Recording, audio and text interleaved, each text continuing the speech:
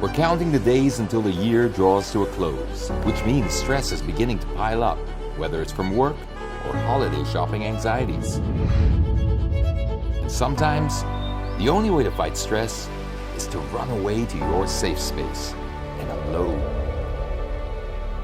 Having an enjoyable trip to get there doesn't hurt either. And the best way to do all of these? With an enormous amount of power.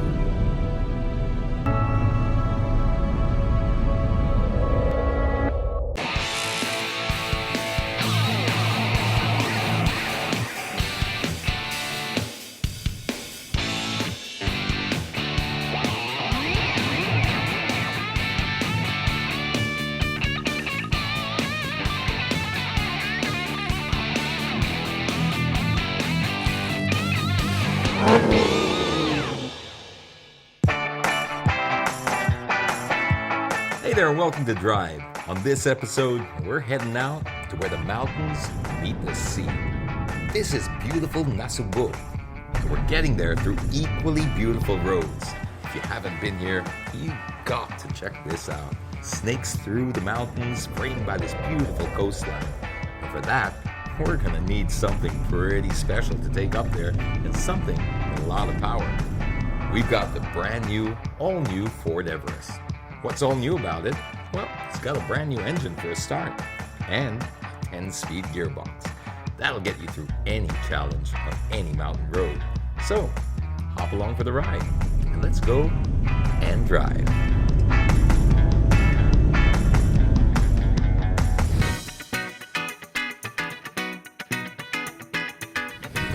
Okay, we've just cleared the metro stop. The good roads are up ahead. And that means you want to gas up so we don't have to worry about it later on and just enjoy. Good morning, full tank Petron turbo diesel, please.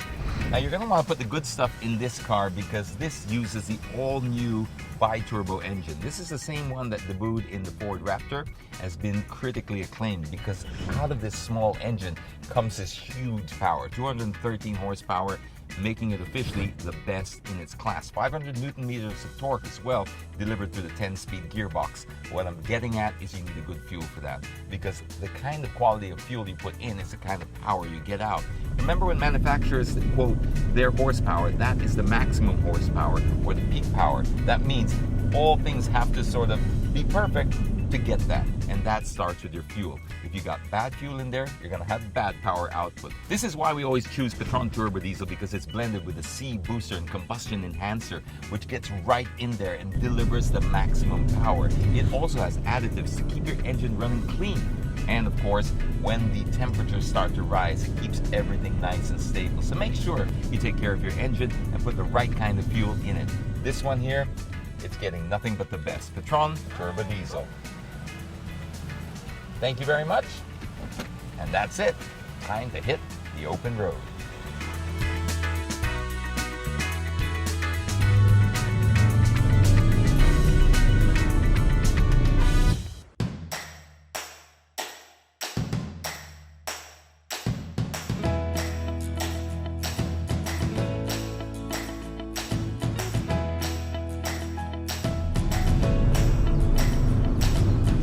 It's been a while since I've been behind the wheel of the Ford Everest. They were the first to sort of refine the whole concept of the pickup-based SUV 7-seater diesel, and it just went crazy from there. Then when they came in with their second generation, it started to gain more ground, but I think it's in their third generation where they really found themselves. You see, where Ford have really focused on, they focused on convenience, they focused on a lot of features, creature comforts, and they kind of lifted the whole bar up a little bit, changed the game by making this as comfortable as you would be in a luxury SUV. So you didn't feel that the commercial roots of the car. That's what really paid off. Everything's hands-free in the car now. Even your parking is hands-free. You've also got a whole bunch of safety features in this. You got pre-collision, and you've got all the ABS, the airbags, and the whole bit. One big feature has always been this massive sunroof over here, or they call it a moonroof. This allows a lot of light into the cabin, but right now it's very bright days, so we're keeping it closed, but at night, this thing is really nice. You can cruise through the city streets, see the tall buildings, especially if you're in the back. Wouldn't suggest it while you're driving. But I think really what gets people the most about the Ford Everest is the power. I mean, a 2-liter engine that's bi-turbo that packs a hell of a punch, especially the fact that it is mated to this 10-speed transmission. This gives you as many gears as a bicycle. You will always have the correct gear for whatever terrain you want to go on. And speaking of terrain, this thing is all controlled by the electronic 4x4 system that was basically the love child of the marriage you had with Range Rover. So when you see the tech in here, a lot of it was developed during that time. So you're getting all the same technology, but just at a lower price. And of course, the ruggedness and the capability. That's what people really need to have with this car. Remember, this doesn't need to just go off-road. It needs to survive Manila roads.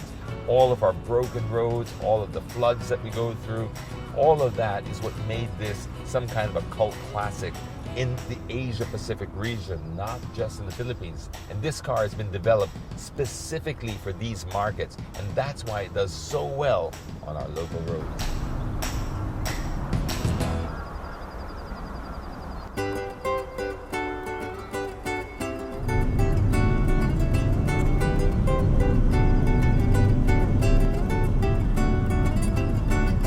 So coming up is the Kaybiang Tunnel. Now this is a very important tunnel because despite the fact that it's really small, it actually has a great big impact on your travel time. It's 300 meters, but those 300 meters cut out about 2.5 hours from your trip from Manila to Batangas. Used to take about 4 hours. Now, with this tunnel that we're about to enter, that journey is now just about 1.5. The fact that this was planned since 1994 but only got finished in 2013 becomes some kind of a source of pride for the locals. Plus it's an engineering feat that we're all proud of, and it looks great, so it's a great photo opportunity. So much so that you actually see shops and stores and restaurants outside the tunnel cater to the tourists that come here solely for the tunnel. Engineering feats like this just go to showcase that we really are a great country that just needs to be connected for you to fully appreciate.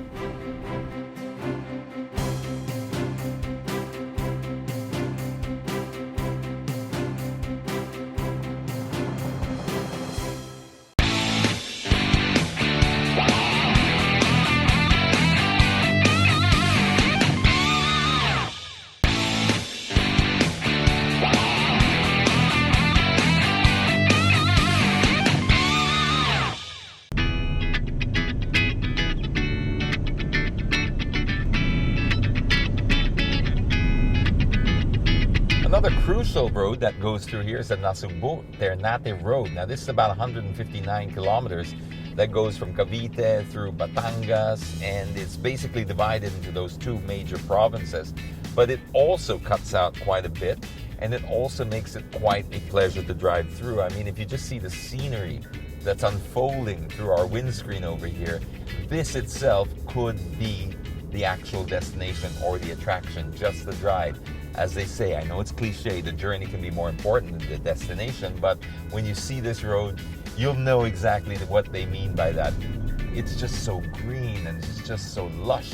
And then to be able to go through these smooth roads, which are all very well paved. They've got the asphalt on top as well. So it really works well with the suspension because it keeps the very smooth to drive on. And of course, it just winds its way through. Speaking of which, this Everest is tackling it pretty well, considering the weight. A lot of technology there to counterbalance everything and sort of iron out some of the difficulties in driving such a big vehicle. I think they do a great job of it. So just every corner that you turn here, you just see something even more beautiful unfolding in front of your eyes. It's really just a testament to how beautiful the Philippines is, and it's just only a couple hours out of Metro Manila. This in itself is just something we could be showcasing to the world, and yet not a lot of us use this. We always tend to fly out to see special attractions when really it's all in your own backyard. Well, we just come through some of the most breathtaking roads here in Nasugbu, and it's managed to build up quite an appetite. So we're headed over now to Kainan sa Dalampasigan. This is a special place by the ocean. That's where it got its name from. But it really made its name from its home cooking. What would you call this food? Is it traditional Batangas food, Tagalog food? Do you have a particular cuisine? It's a Filipino food. It's very simple. Parang home-cooked food lang. Simple lang, but it's really special. I mean, the bangus, for example. What kind of bangus is that? It's crispy, it's fat, it's juicy. I've never tasted anything like it. Oh, and I thank order you. bangus all around the country. Oh, thanks. What's the secret there? Oh, it will not be a secret anymore if I tell you. You're too quick, I guess. I guess this has been And done even on you if you before. won't be coming back here. Of course, I will be coming back because it's more than just the food. I mean, what I've experienced thank you. here, this ambiance is just so rustic. It looks like it was really carved into nature. It doesn't look like a structure that is added on. It looks like you blended with the environment. Thank you. My daughter designed this, Maan. She's an interior designer. What about the gardening? Because how long does it take to have that beautiful corridor that you have with the hanging vines? I think even before this was built, the restaurant, we already had a small garden. My mother, because she loves gardening, and my father was a contractor before. He built this building, and my mother is a very good cook. Your mother, was she a professional cook or was it No. just a home? She just loved Yes, cooking at home. She loves cooking. And do you sell the recipes? No. See, I tried again. She's pretty sharp, huh? But we would love to cook for you.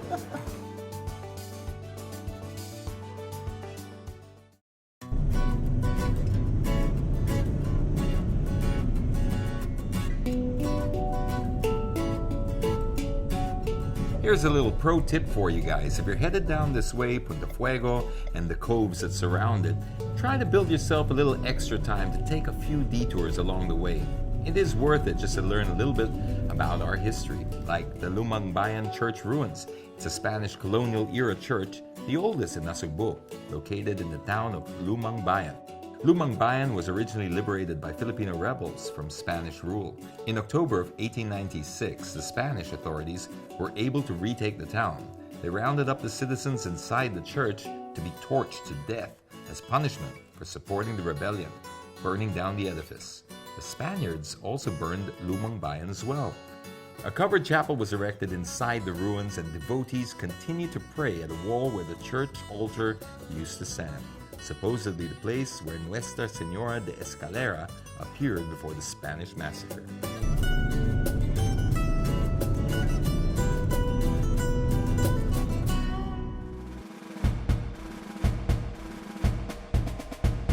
Aha! Perfect. Oh, I think you blinked. A little known fact, well, maybe it's a little known fact outside of Nasugbu, because everyone here seems to know it, is the pagdaong sa Nasugbu, which basically means the landing of MacArthur and his troops. In fact, it happened even before Leyte. So this statue here will commemorate that event. And if you're on the way to Punta Fuego, it's right here. It's so close. It's worth a stop by. So this is the final stretch to Punta Fuego. This on this side is Wawa Pier. I remember this very well as a kid because we used to have, well, we shared it with a few families, a beach house in what was called Bamboo Beach. That was in the 80s, and that was the only way to get there. There was no road going down to Bamboo Beach, which is now Kawayan Cove. But now it's totally different. The roads are not only finished, they're beautiful. They really are a lot of fun to drive on. I mean, even in something as big as this, the Ford Everest, they paid a lot of attention in the handling of this particular machine. You've got so much technology in this that really allows the vehicle to defy its weight. You've got like the rollovers, gyros, sensors. So traditionally, you wouldn't want to drive a car like this or an SUV like this spiritedly on roads like this. You'd be really slow and you'd have to sort of take the corners with the help of a travel agent type of thing, because they didn't like corners. They didn't really like to do this. But this one here has got power and control both at the same time. So just a little dab of the throttle and it drops down the gear. But because the gears are so well spaced out, because you got 10 to choose from, you don't get that nasty kick down when you go down these curves, especially when you're going downhill and you want to use like partial engine braking, but you don't want it to be too much. this is where that great gearbox comes into play. It's so well suited to the new engines that they put in here, and that 2-liter bi-turbo engine, it's just a little gem. It's hard to believe they can get so much power out of such a small unit. Considering how heavy this vehicle is, it just motors along. It picks up speed so well, and when you want to drop it down and play around with the manual transmission, you can just put it into S over here, and they've got an override. So I'm going to drop it down a couple of gears, maybe one more. Don't know if you can hear that, but you can hear sort of how the engine is using the gears to sort of balance the car out. It gives it that engine braking that allows, well, it doesn't put too much strain on the brakes. The steering feels really nice and light. They were one of the first to use the electronic power steering, which gives it that real car-like feel and takes all the muscle out of turning around these corners. Now, the steering wheel here makes you feel like you're ready to launch a nuclear attack on another country. I mean, it's got everything over here. You've got your audio controls, of course. You got the menu that you can toggle between all the different displays that you need to see, because that's all LCD, well, except for the speedometer, which is analog. But you've also got your cruise control here. But what's special about the cruise control, it just maintains the exact speed of the car in front using some laser technology, and just maintains the gap. So you don't always have to get on your accelerator. It automatically does it for you. You've got voice control, you've got all your other controls here for the entertainment system. Basically, it's all designed so you keep your eyes on the road.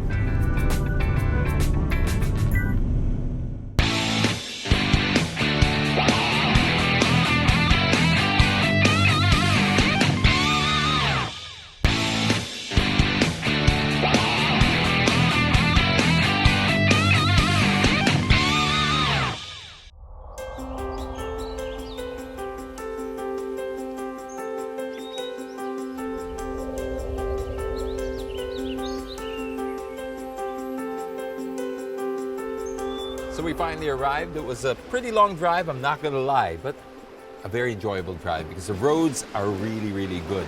The scenery, outstanding. Once you get here, especially at this time of day, it's magical.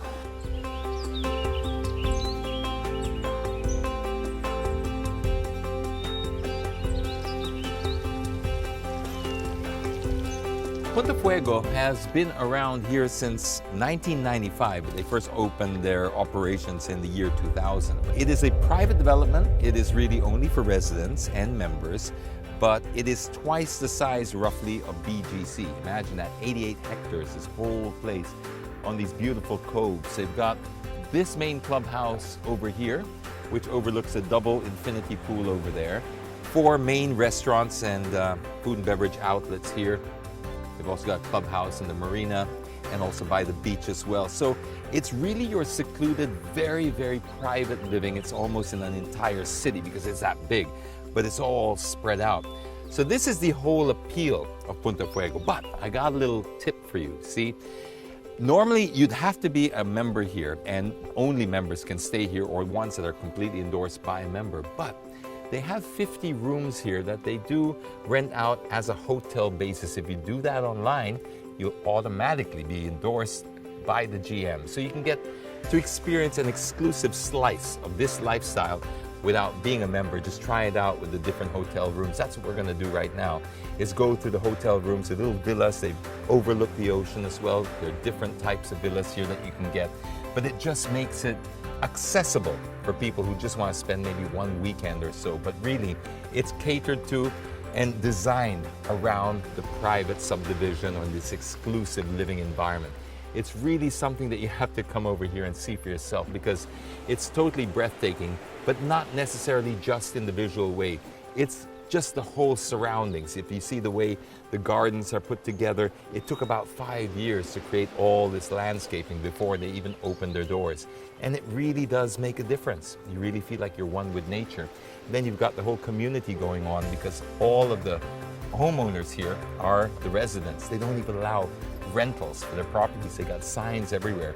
This is all to keep it very, very exclusive. So if you're looking for a getaway that's just about 2.5 hours from Manila, but you could be anywhere in the world in this slice of paradise, Punta Fuego is an absolutely perfect spot.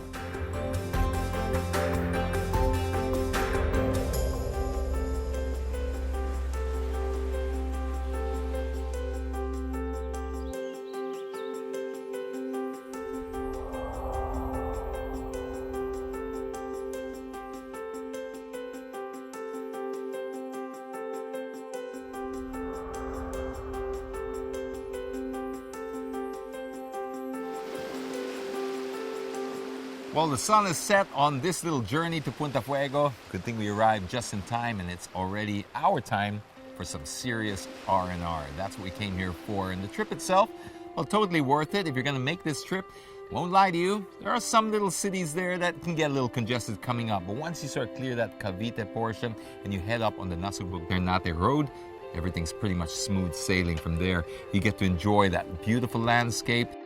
The Everest has been a great companion on this road trip because, well, it was already a very solid vehicle and they just improved on that. Love the fact that they put in that Raptor engine. That's a big deal for that segment. Now it's officially the most powerful in its class. Plus that 10-speed gearbox is really something quite special, something to write home about. They've kept all the creature comforts, so it made the whole trip very, very enjoyable. We do suggest that you get down here because this was the first establishment or development in this whole cove. Ever since, you just see cove after cove being redeveloped by other people and other developers because there's just so much beauty out here. It's combined with the mountains, nature, and of course a spectacular sea over there. What more could you ask for? It's a perfect excuse to go out and drive. So, on behalf of the entire drive team, my name's James Deakin. Drive safely, everyone.